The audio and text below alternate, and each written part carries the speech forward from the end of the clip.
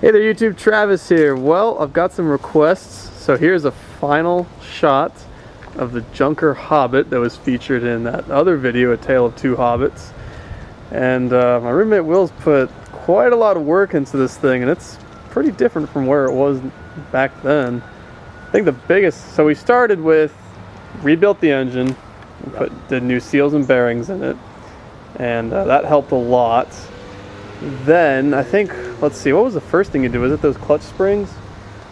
Yeah, I think, yeah. So there's, I won't take the clutch off because I need a puller. It's a pain, but, yeah, on the clutch side though, there's some upgraded springs. It's the yellow, Dio springs. And those are doing pretty well. I actually might even get some stiffer springs because it can still bog a little bit off the line once the clutch fully engages, so I might get some stiffer springs. But then I also notched the variator. Oh yeah.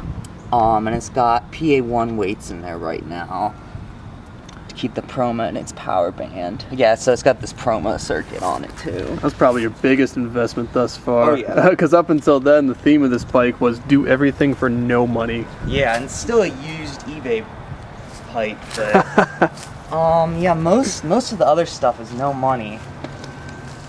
This is not a stock belt. This is the 1977 Mopeds Hobbit race belt or something like that. It's very similar in width to a stock. It's a little shorter. It does okay. As far as I tried the BX40, I tried I think it was a 5VX 400 or 420. I think it was a 5VX 425. And this does best. It's still not quite as good as stock, but this setup was tearing up the stock belt pretty good, so I wanted to save my stock belt. Sure, because those are in high demand. Yeah, everything else is. So you also some porting. Yes, that's right. Cylinder porting. Large transfers and raise the exhaust and widen the exhaust a little bit too. Right on. So we haven't had a chance to really GPS it yet. I'll put an annotation in the video to what we finally get out of it. But this thing kills it pretty well for a stock cylinder, I say. Based on quick. That speedo works. What, if you could guesstimate, what do you think we're cruising at right now as a dead top speed? On a slight downhill, I think I got it up to 45. Oh. The speedo is pegged somewhere kind of in the middle of the numbers there on the odometer. Word. Like I said, I'm gonna guess 45. I don't know. Still, that's really good. So this bike kind of evolved from like a junker that could get like lent out or knocked over that you didn't care about to maybe a purpose rally bike. Yeah, it's nice because I went to the Gettysburg Rally a couple months ago now, and it was a lot of fun, but I had my stock yellow Hobbit over there, which I love that bike, but it just wasn't fast enough to keep up. So I'm trying to build this thing for, as cheap as possible. Right now I'm maybe $200 into it, and it performs pretty good for what I put into it. So. That's incredible. Now you also had a saga with this front wheel. Yeah. The bane of your existence. Remember you were actually, so you detensioned, so...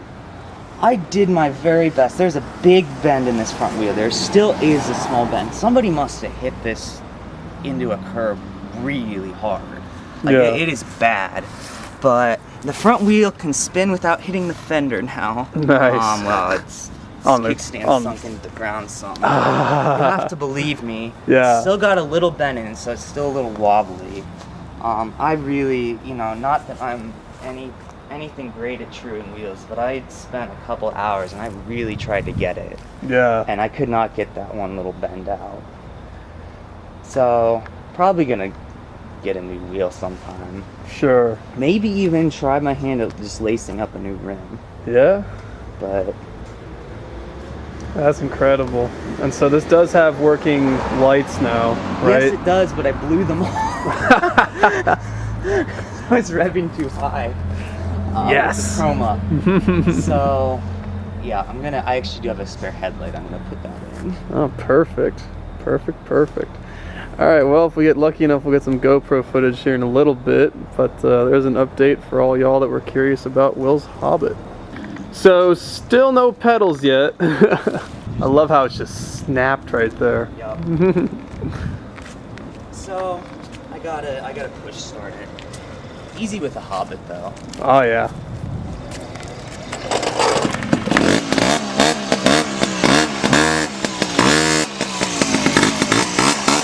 Oh man, that sounds good.